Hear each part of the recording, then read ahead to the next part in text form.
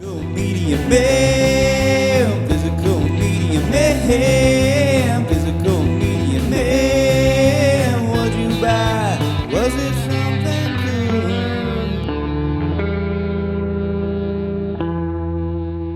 good? What's up, guys? Physical Media Man back here again for another Physical Media Man Monday video.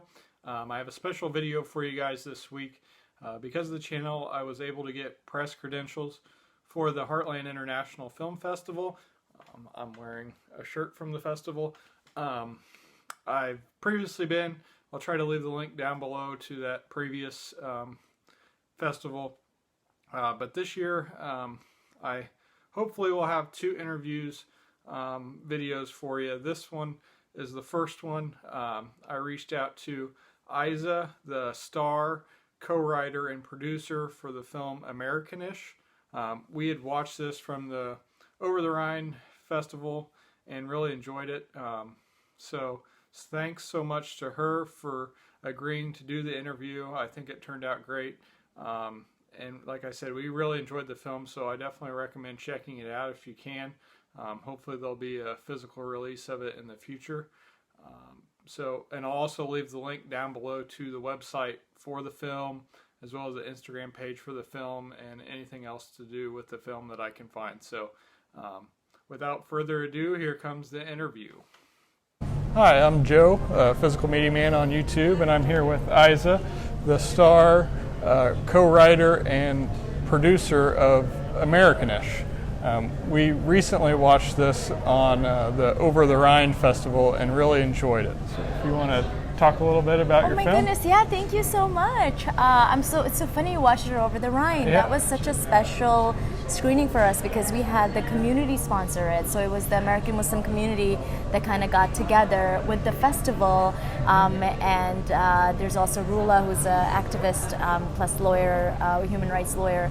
Her law office also sponsored it, and then some community members from the Islamic Center. So it was such a special screening because we watched it with such a mixed crowd. It was like, Muslims and non-Muslims and older people, younger people. Just was such a. We had actually it was a gentleman who was Thai American who came up to us afterwards and said that he was so touched by the film that he could finally show his in-laws who are white this film and be like, this is what it's like to be like me in America. So that just especially felt really gratifying because we kind of made this film for, we thought, our community to be able to see themselves being reflected in a three-dimensional way. But it's really touching when people from outside the American Muslim community also relate. Yeah, and it's a rom-com, but it has more aspects with a little to more, it. yeah, a little more political, a little more of what's happening in America right now, a little bit more about race, identity, culture, religion. We kind of stuffed a lot of themes in it. Yeah. So I saw that your play, Dirty Packy Lingerie, is kind of what made how you got to the movie. Yeah, if you want to talk a little bit about Absolutely. So I've been doing Dirty Packy Lingerie as a one-woman show. I've been performing it all over the world for 10 years. I started in 2011. Iman Zawari, the director, and I met because I was performing it at the Cherry Lane Theater in New York City, and I'd actually just come back from the largest theater festival in the world, which is the Edinburgh Fringe, which takes place in Scotland every year. And I was performing for a few nights as part of this thing at the Cherry Lane Theater. Iman happened to be in town. She saw the show and she felt really connected to the characters, even though it's about Muslim women in America, but they are Pakistani, which is I'm Pakistani American and Iman is Egyptian American. Okay. So but the characters resonated. So she approached me afterwards and she was like, "Hey, do you ever think about making this into a film, a feature?" And she had done a bunch of shorts with much success at that point. This was in 2013, and she'd won an Emmy for one of her shorts and a Princess Grace Award and an NBC Shortcuts finalist and all these awards. And so I was just really excited. I was like, I was thinking about how to reach a bigger audience with the message. As I said, I've kind of stuffed it with a lot of themes, as you can tell, and that kind of carried on from the play into the film, because we just kind of talked about it a lot. Iman and I kind of developed the film together, and we just talked about like which characters to take, and then it felt like these 4 women made sense because they could be part of the family unit. And it took us like 3 or 4 years of writing to come to that conclusion, because the play is just a series of monologues. Okay. So to turn it into like a full-fledged feature was a whole other kind of thing I'd never done, and Iman had never done. She'd only made shorts. So it's like a big challenge, and took us a long time to kind of arrive at the thing that you watch now, Americanish, what that thing that it's become. But yeah, it's been a fruitful journey.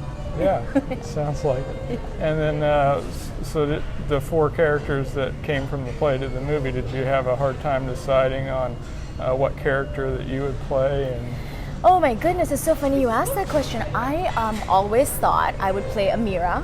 Okay. That's the character who's come over from Pakistan. She's like funny and charming and all those things. So her storyline has like kind of stayed the most intact. Her and Mariam, like their goal is what it was in the play. Their story, like what was happening, it's from the play, and then it's just also like Amira is really like built to be really funny, and it's what I do. I've always done comedy, and so it's just like the character. I was just like, yeah, I can just do this. It's like I play this all the time. I'll just play it. And then Mariam, we kind of kept switching around a lot. We were like, at one point she was older. She was in her late 20s, and she was applying for residency. So she was like graduating from med school and applying. And then at one point she was in high school. We kept rewriting that story. I was like, well, if she's gonna be in high school, I can't play that, definitely. And then when we made her a college student, we were like, oh, she's still a little young. I don't need to play that character. So Amira made more sense. And then we got into casting, and we always thought Sam would be played by, even though I look at this as an ensemble, there is like, okay, fine, she's kind of the spine that holds the whole thing together. And we just thought the role would go to somebody really established.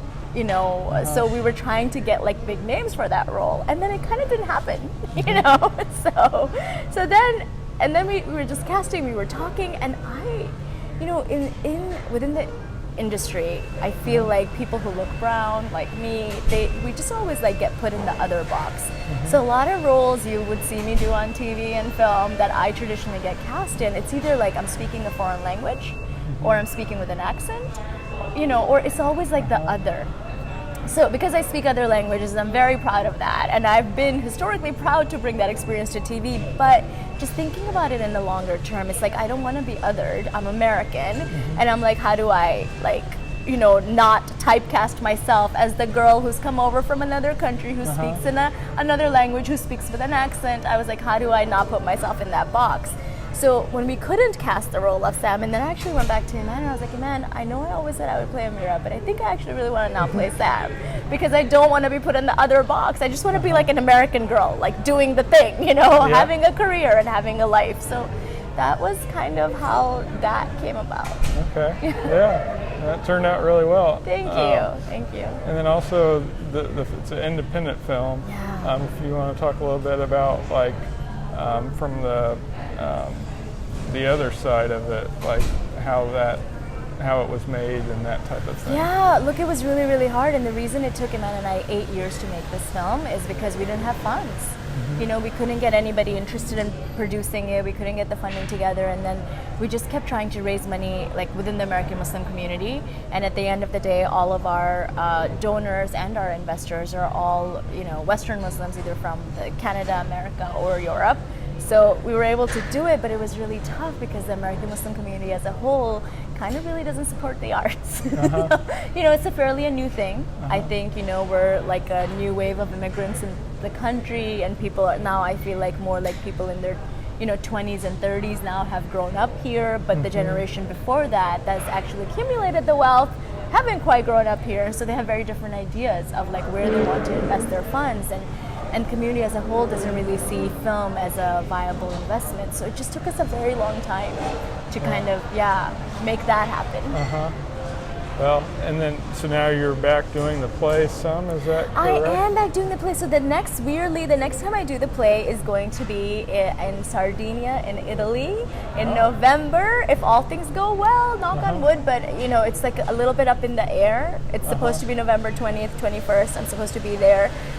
but we still don't have a flight because flights are a little bit in flux in Italy right now, and there's COVID.